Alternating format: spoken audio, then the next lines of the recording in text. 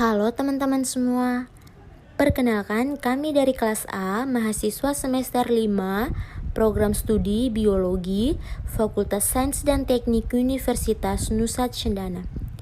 Di sini kami akan membahas mengenai team-based project kami yang berjudul Penerapan Bioteknologi Konvensional pada Pengolahan Minyak Kelapa dengan Metode Fermentasi. Tujuan praktikum yang pertama, untuk mengetahui apakah konsentrasi kamir berpengaruh terhadap kecepatan pemisahan fasa santan dan fasa air. Yang kedua, untuk mengetahui apakah konsentrasi kamir berpengaruh terhadap waktu pemisahan minyak kelapa. Waktu dan tempat praktikum dilaksanakan pada hari tanggal Selasa sampai Rabu dengan tanggal 20 sampai 21 Desember 2023. Lokasinya di Jalan Lontar nomor 37, Kelurahan Pasir Panjang, Kota Kupang. Rancangan percobaan yang digunakan adalah rancangan acak lengkap atau RAL dengan 4 perlakuan, yaitu kontrol atau fermentasi, V0 0 mg kamir per kilogram kelapa. Perlakuan pertama 2 mg kamir per kilogram kelapa. Perlakuan kedua 4 mg kamir per kilogram kelapa. Dan perlakuan ketiga 8 mg kamir per kilogram kelapa. Alat dan bahan yang pertama, alat yang digunakan dalam praktikum ini yaitu wajan, sutel, saringan, toples kerupuk, bokor, gelas, mangkuk, toples kecil sebagai wadah penyimpanan minyak kelapa yang sudah jadi. Yang kedua, bahan yang digunakan dalam praktikum ini yaitu kelapa parut yang sudah tua berjumlah 4 kg, kamir atau fermipan dengan perbedaan jumlah, kontrol 0 mg per kilogram. Perlakuan pertama 2 mg per kilogram. Perlakuan kedua 4 mg per kilogram. Perlakuan ketiga 8 mg per kilogram. Dan air 30 ml yang nantinya akan digunakan untuk melarutkan fermipan.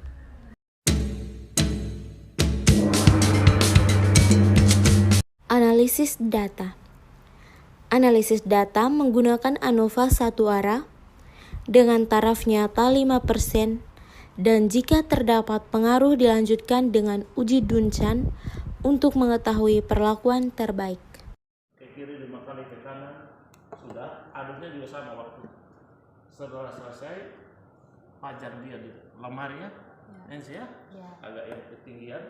Pasang 1, 2, 3, 4 sudah pasang, memang kita aduk sama-sama. Oke, dia 24 jam. Mau buat 3 jam juga baik. Dari pemesan setiap jam sudah tahu pemesan apa. Ya. Jadi misalnya sampai standar selesai jam ini ya.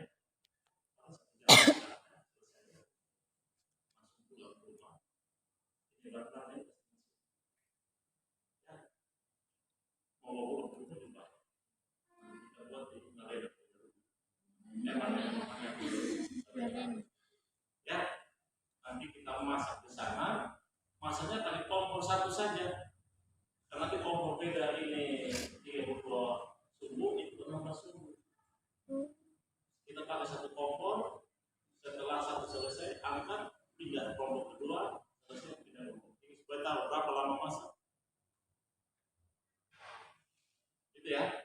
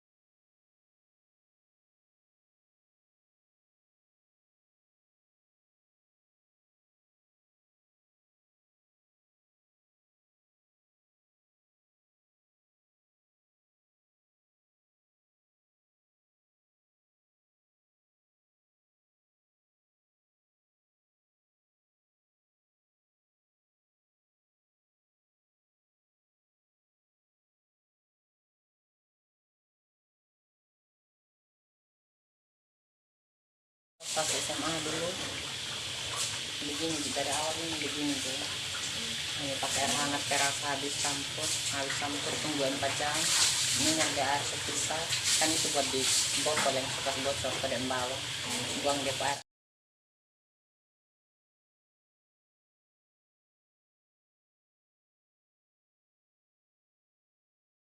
Hasil dan pembahasan. Hasil yang pertama, terdapat tabel pengukuran tinggi fasa santan dan fasa air. Tabelnya bisa terlihat pada gambar. Tabel laju pemisahan air dan minyak. Berdasarkan tabel hasil pengamatan laju pemisahan air dan minyak, terdapat perbedaan yang paling besar pada kelompok perlakuan dengan kamir 2 mg per kilogram, karena wadah yang digunakan lebih kecil daripada wadah perlakuan lainnya, sehingga relatif lebih cepat. Tabel waktu masak. Berdasarkan tabel di atas, perlakuan dengan waktu masak terlama adalah pada P2 dengan pemberian 4 mg kamir per kilogram kelapa. Sedangkan perlakuan waktu masak tercepat adalah pada P0. Hal ini dapat terjadi karena P0 mengalami pemisahan fase air dan fase minyak sangat baik, sehingga saat proses masak membutuhkan waktu yang singkat. Sedangkan yang lainnya fase air tidak terpisah sepenuhnya dengan fase minyak, sehingga membutuhkan waktu yang lama. Hal ini disebabkan oleh air yang terkadang akan lebih dulu menguap dan dilanjutkan oleh pemisahan minyak dari bungkil. Berdasarkan hasil uji organoleptik yang telah dilakukan, diperoleh hasil bahwa perlakuan P1 dengan 2 mg kamir per kilogram menunjukkan hasil yang baik dengan warna kuning keruh, aroma tengik sebelum dimasak, aroma harum setelah dimasak dengan waktu masaknya 26 menit dan jumlah minyak 300 ml. Pada P0 menunjukkan waktu masak yang lebih cepat yaitu 17 menit dengan jumlah minyak yang sama yaitu 300 ml, namun memiliki warna coklat gelap dan hampir kehitaman. Perlakuan lainnya memberikan hasil berupa aroma yang tengik dan waktu masak yang cukup lama. Pada P2 lama waktu masak yaitu 37 menit, sedangkan pada P3 lama waktu masaknya 33 menit. Hasil uji normalitas data. Diperoleh hasil bahwa data tidak berdistribusi secara normal. Hal ini dapat terjadi disebabkan oleh beberapa hal, yaitu penggunaan bahan berupa kelapa yang tidak benar-benar sama atau homogen jumlah dan kondisinya, apakah benar-benar kelapa tua atau masih ada kelapa yang belum terlalu tua. Alat yang digunakan berupa toples kerupuk yang tidak sama ukurannya, dan kesalahan pada saat pengukuran. Berdasarkan hasil penelitian penerapan bioteknologi konvensional pada pengolahan minyak kelapa dengan metode fermentasi yang telah dilakukan, maka diperoleh hasil yang disajikan dalam tabel 4.1.